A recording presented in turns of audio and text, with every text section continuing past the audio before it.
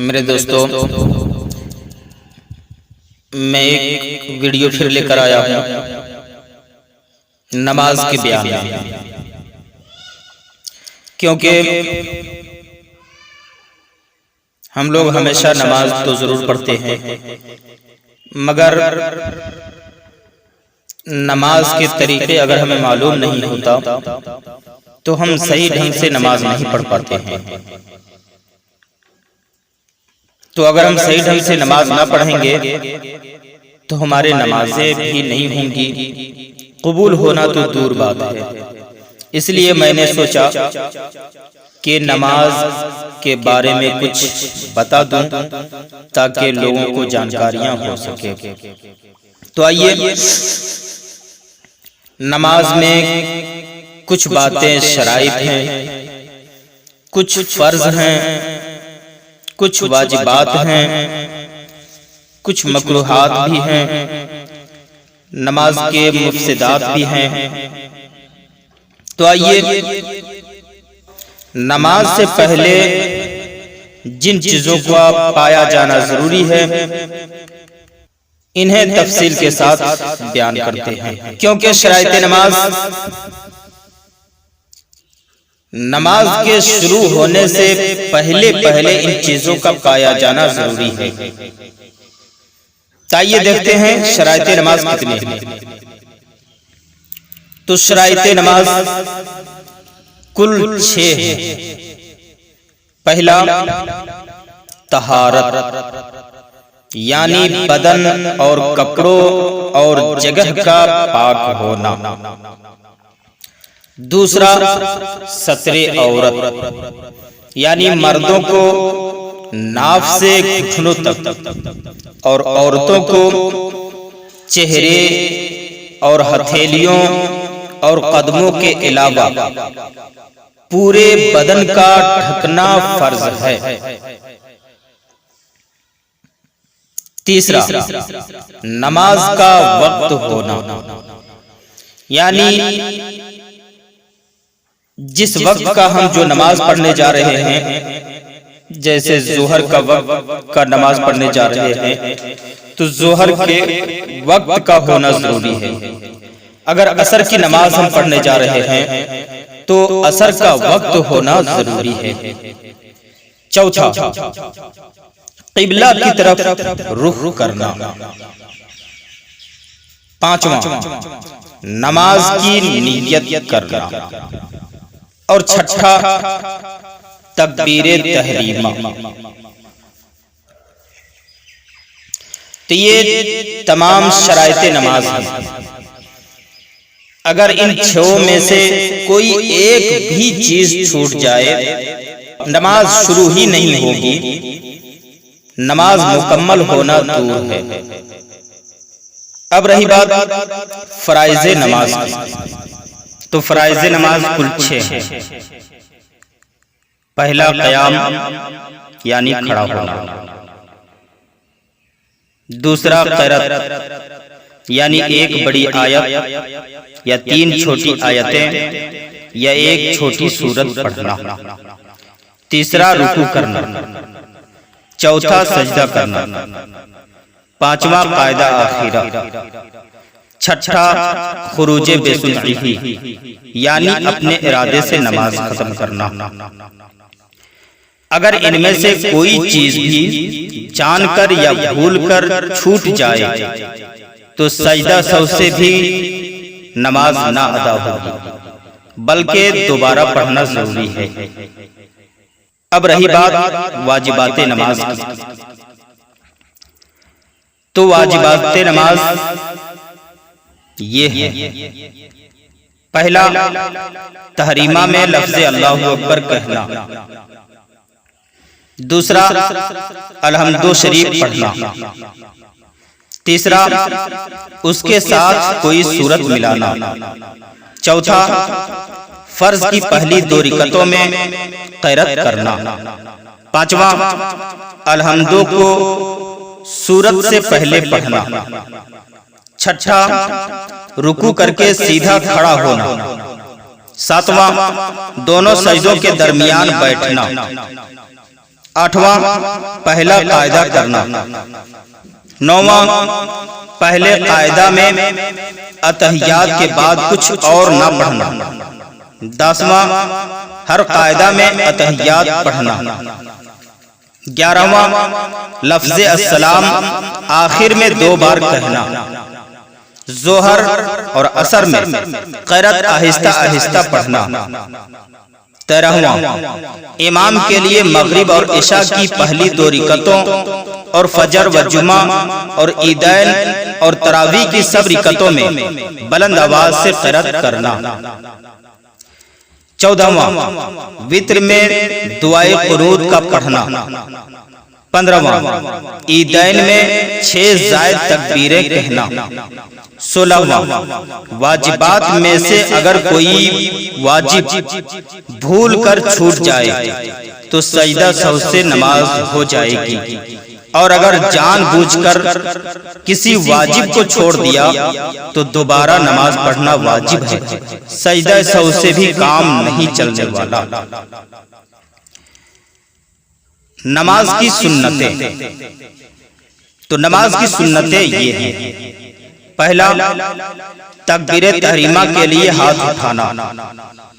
दूसरा हाथों की उंगलियां अपने हाल पर रखना। तीसरा बवक्ते तकबीर सर न झुकाना। चौथा तकबीर के फौरन बाद हाथ बांध लेना। 5वां पहले सुब्हानका फिर अऊज़ु बिल्लाह और बिस्मिल्लाह अल्हम्द के बाद आहिस्ता से आमीन कहना। 6ठा रुकू में घुटनों पर हाथ रखना और उंगलियां ना फैलाना। 7वां रुकू में कम से कम 3 बार सुब्हान रब्बियल अज़ीम कहना।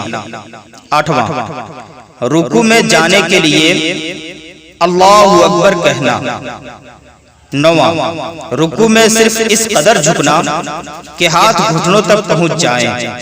10वां रुकू से उठते वक्त समी अल्लाहु लिमन हमीदह कहना।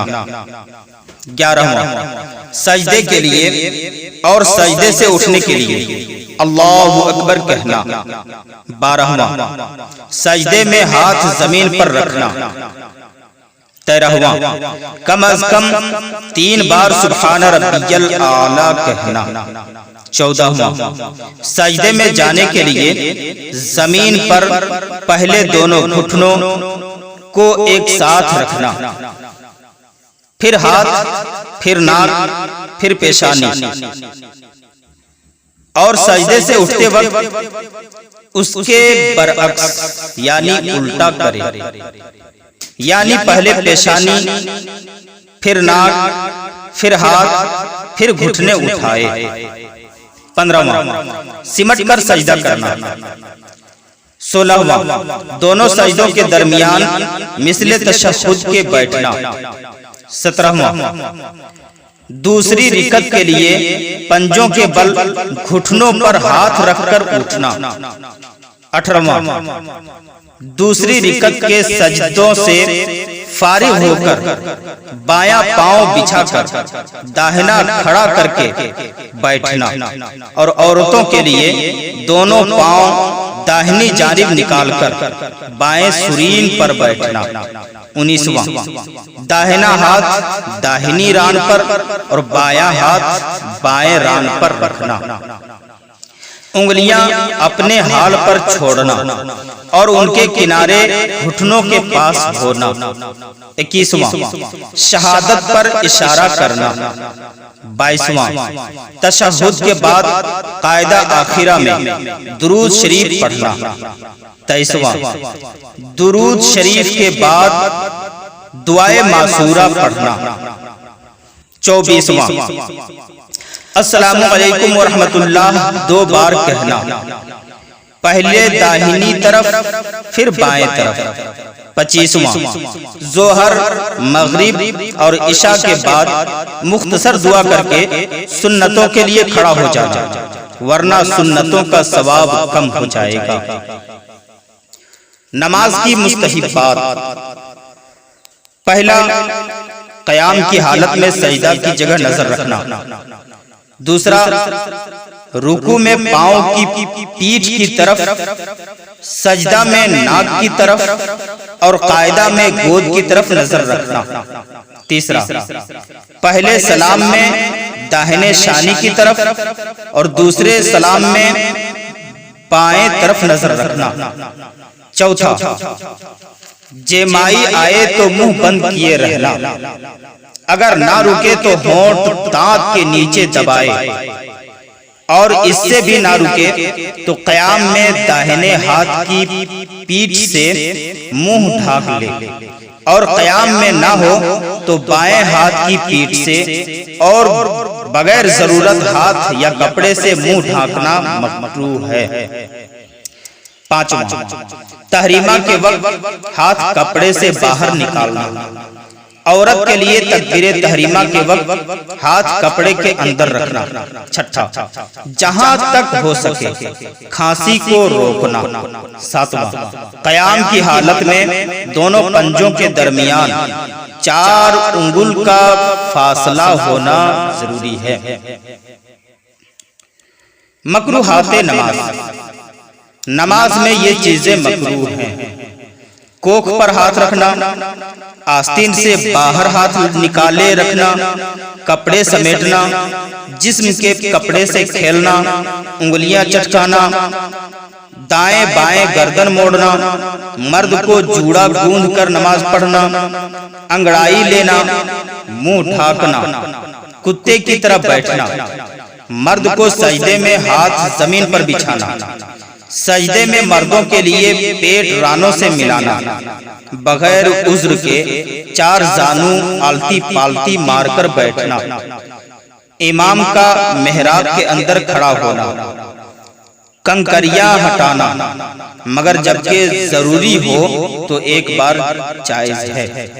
सामने या सर पर तस्वीर का होना, तस्वीर वाले कपड़े में नमाज पढ़ना, कंधों पर चादर या कोई कपड़ा लटकाना, पेशाब पाखाना या ज्यादा भूख का तकाजा होते हुए भी नमाज पढ़ना, सर खोलकर नमाज में खड़ा होना, आंखें बंद करके नमाज पढ़ना, उंगलियां चटकाना या कैंची बांधना, कमर पर हाथ रखना, धात या चैन वाली घड़ी पहनकर नमाज पढ़ना, फासिक़े मौलिन के पीछे नमाज पढ़ना, मसलन जो बिला उज़्र जमात या नमाज तर्क करता हो उसके पीछे भी नमाज पढ़ना मकरूह है।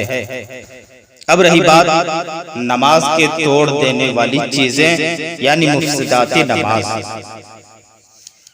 तो वो ये है बात करना, खाह थोड़ी हो या बहुत ज्यादा,